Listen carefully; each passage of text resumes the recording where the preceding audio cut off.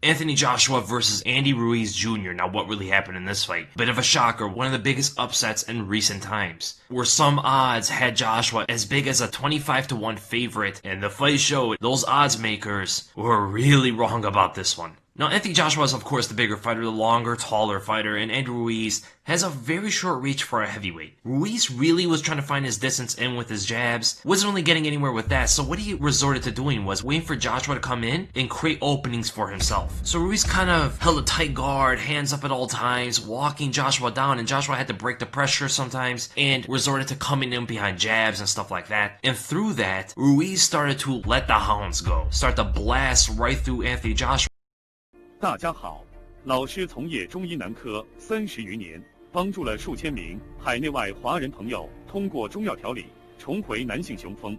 如果你也存在房事时间短、勃起无力、硬度差、中途疲软、肾虚、前列腺炎等问题，现在就加中医老师微信574-993-200，纯中药，一人一方，治根治本，帮助你持续坚挺20至40分钟。补肾壮阳，延时助勃，彻底告别快男软男。记住微信574-993-200。 Sure, he moves forward, throws a big jab, and locks himself plants for the big right hand. Ruiz does a very good job of parrying the jab with his right hand, as well as pulling back. He starts leaning away, feels the big punch coming. Joshua comes straight through with a big straight right, and Ruiz is able to get on the outside of the punch when he pulls away. And he does have an opening on that side, so he goes for a very short left hook over the top, but Joshua does a very good job of not lowering his right hand when he throws it. He puts it right back in position, guards the hook very well, and right when that happens, he puts his left hand up, and Ruiz is going for the right hand. Now, the thing about Andy Ruiz Jr. is he always goes left, right, left, right. He doesn't really double up on punches. So if he's going to throw that left hand, the right hand's going to come. After the right hand, it's going to be the left hand that's going to come. And Joshua had this down for a bit. So he puts his left hand up, blocks that other right hook, and he's peekabooing his way in, marching his way in through the guard. He blocks the hooks and then stuffs them in as he gets in very close. Notice Andy Ruiz's hands where they are at. Anthony Joshua sees the right hand is down, so he goes for a big left hook over that side. It's a little bit too short of range to really connect cleanly with it, so Ruiz's body moves with the punch. Joshua follows up with a big right uppercut, which actually just grazes the chin of Ruiz but lifts it up for another opening. And Joshua's going to go for the big left hook, as is Andy Ruiz. But the thing why Joshua's gotten closer is because he didn't wind it all the way back like Ruiz did.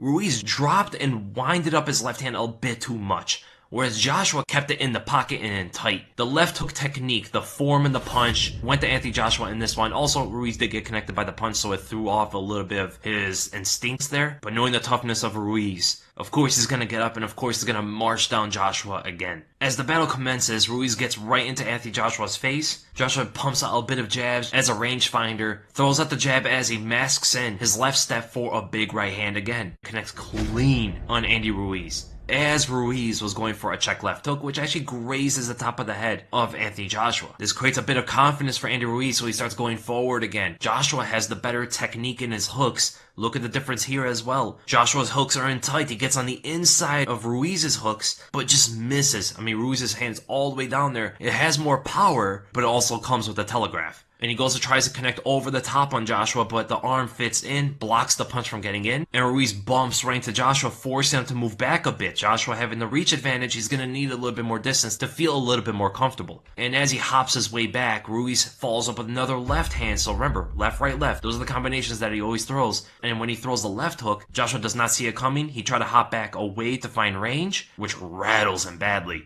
And knowing the fight that Joshua went through with Klitschko, whenever he gets hurt or whenever things get a little bit chaotic, he will throw back at times, right? He has that fight in him, and he starts throwing back at Andy Ruiz in the pocket, because Ruiz, again, he's going to hunt down Joshua. He's not going to let him get away. He's sticking on Joshua and keeping his own range. So Joshua goes and fires back. He throws the left hand, throws a right uppercut, which Ruiz is able to move back just a little bit. And as Joshua's coming with that tight hook, I mean, I absolutely love the hooks that Joshua throws. The form is absolutely perfect. Ruiz is able to duck under the punch, bob and weave, and find a great angle on Joshua, who is completely overextended to his right side. So they create a little bit more distance, and Ruiz is watching Joshua, right? Joshua went for one attack to really initiate action. He went for the 1-2, a long 1-2, and he does it again. Ruiz is onto it now. showing a bit of fight IQ out there. So Joshua does the same setup, throws the big jab, steps off big to his left, and comes in for the big right straight. Again, Ruiz is able to pull in the punch, making the extension of the right straight to extend fully, and now he found his counter shot again. I mean, look how much forward Joshua is leaning into his right straight, and Ruiz finds a big left hook that connects clean on Anthony Joshua. Joshua's gonna follow up with the big left hook again. He's doing the same punches here. He's throwing the same stuff. 1-2, and tries to retract back with that left hook, which is actually an amazing combination. But when you keep going to the same thing, it gets repetitive for your opponent. And Ruiz, instead of going for a big right hook like he did before, he goes for a right straight, which gets on the inside of the looping punch, right? Straights most of the time beat looping punches. Even if it's tight, it's still a hook. It's still going to be looping. He just misses Anthony Joshua, but more importantly, Joshua's left hook gets stuck in. Right, gets blocked by the right arm of Ruiz. Joshua goes and throws a big right shovel hook, and right before Joshua throws it, Ruiz is onto the instincts, right? So he's able to duck under it right before the punch even gets telegraphed. The extension on the right hand completely opened up Anthony Joshua's right side. Completely. He doesn't have enough time to retract the punch or get in stance or anything. His chin is open. Too much commitment, too much fight, and not enough correct decision-making in the pocket for Anthony Joshua compared to Andy Ruiz. So Ruiz outsmarted Joshua here a bit, and he connected with a big left hook over the top. As Joshua was going for another left hook himself, he's fighting too much. Joshua's fighting too much, instead of making the right decisions and showing the better fight IQ. Ruiz showed his toughness, his power, his hand speed, but more importantly, he showed to have the intelligence in this fight. He connects right on the ear of Joshua. Joshua's had whiplashes into the punch because of his own left hook he was committing with, and created a lot more impact. It was double the damage that Andy Ruiz was able to deliver here. And from this, Joshua is just out of it. And Ruiz was able to put on a bit of a flurry, but then stops a little bit and finds his target, throws a slapping right overhand right behind the ear of Joshua, which drops him. And from this, Joshua didn't really recover. And you have to give credit to Andy Ruiz's power because of that, and also his precision. I mean, Klitschko also rocked Anthony Joshua, who is known as a big puncher himself when he commits, and Josh was able to recover from that one. Third round in, the first time he gets dropped in this fight, he couldn't recover. So when it comes from a distance, Ruiz created some distance himself away from Joshua, looks for openings. Joshua's hands are down now, right? He's a bit rocked, he's a bit discombobulated out there, and Ruiz sees the right hand of Joshua down, so he goes for a lunging left hook and follows up with the right straight. When the right straight is coming, Joshua puts his left hand up to his side as well, thinking it was going to be a right overhand or something like that, which is a punch a lot of shorter fighters commit on a lot of taller fighters, but Ruiz came down the center and connected right through the opening of the gloves and rocked Joshua again. And from this, Joshua was just in the corner defenseless. He was leaning on the ropes. He needed the ropes to help him stand up. Pretty much target practicing with Joshua's head at this point. So then we go to the 7th round, and Joshua gets his wits about him just enough. He's still a little bit out of it seemed like. A little bit flat. He started breathing heavy in the fight. So he moves forward, tries to parry the left hand of Andy Ruiz with his own right hand, and moves to his left to commit with a left hook. But Ruiz evades the parry by winding back his own left hook, and they're going for it at the same time. But who's going to win this one? It's going to be Anthony Joshua because he's also moving to his left. He's moving with the punch of Ruiz, whereas Ruiz is standing in position the entire time. They both connect at the same time because even though Joshua does have a faster left hook, he went for the parry first as Ruiz was setting up for his own left hook at the same time. Right, so Joshua went for parry left hook and met at the same time Ruiz just winded back his left hook. But man, does Andy Ruiz Jr. have an insane chin. He took this punch like a champion, like the champion he became, and came right at Joshua right afterward. I mean, he got dropped by this before, took this one way better. It was flush. So Joshua goes for another tight left hook, and Ruiz now is going to counter that with a big right overhand. Now Ruiz is going to win this exchange because he's moving his head with the left hook. When you're throwing a big right overhand, you're both in the same stance, both orthodox. When you're committing on a big right overhand, your head is moving to your left. It's going to move with that left hook. Even if it connects on you, the impact is going to be decreased. And when a taller fighter is throwing punches at a shorter fighter, besides maybe an uppercut, when he's throwing a left hook in this case, his shoulder is automatically going to be a bit too low, right? He has to punch down, right? If you're punching up, you could do this at home watching this right now. When you punch up, your shoulder covers your chin a lot better. When you're punching down, your shoulder is not able to really cover your chin. And they have a 4-inch height gap here with a bigger reach differential. And because of this, there is nothing guarding, nothing protecting Anthony Joshua from stopping this overhand right. Overhand right goes right over the top, no defense at all, bombs.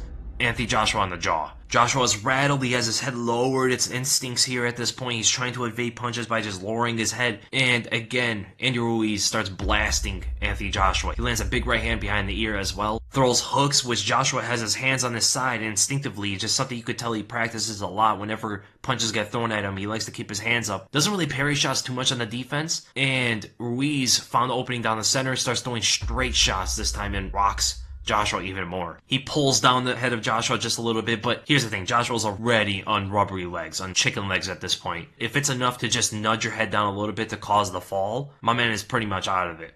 So we move it to the end of the fight. Joshua goes and throws a big left hook, and Ruiz again was able to pull in the punch just enough to get his counter shot in on the much longer fighter here. Remember what I said in the beginning, this is what Andy Ruiz is doing here.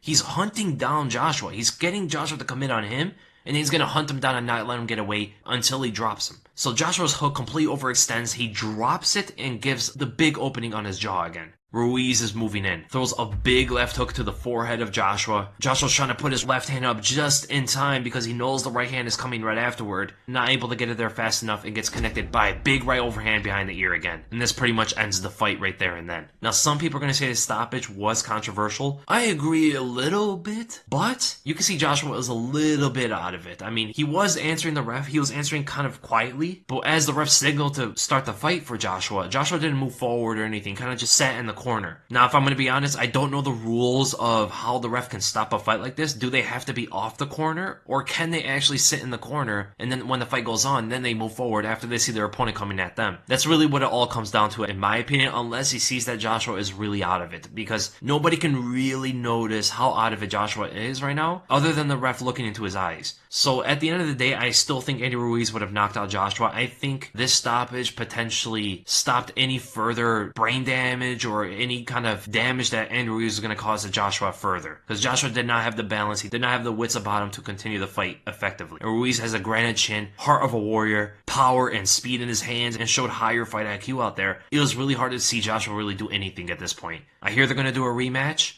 I'm very excited to see a rematch, and the heavyweight division is just getting better and better and better. They say the three heavyweights, the three heads of the heavyweight division, Joshua, Wilder, and Fury. Now you can make your choice. Are there four heads now? Because Andy Ruiz is up there, and he's going to rematch Joshua. So right now you can say there's four heads of the heavyweight division until that rematch ends, and then maybe one of them gets cut off. But it doesn't matter. We're getting more talent. People are saying this ruined the heavyweight division, but how? We have more talent, more elite fighters in the division now, and people are going to say Andy Ruiz is not a draw. How do you know he's not going to be a draw? He's the first Mexican heavyweight champion ever. Of course they're going to get behind him. And he has an exciting style, and he just beat Anthony Joshua, who's one of the biggest stars in boxing today. So I'm a bit optimistic for the future of Andy Ruiz as well as the heavyweight division. So I hope you guys enjoyed the breakdown. If you did, make sure to give it a thumbs up. If you enjoyed my content, make sure to subscribe. My next video is going to be the breakdown of the MMA fight with Alexander Gustafsson versus Anthony Smith, which is going to come out later today, so be looking for that. And again, thank you guys so much for watching, and I'll see you in the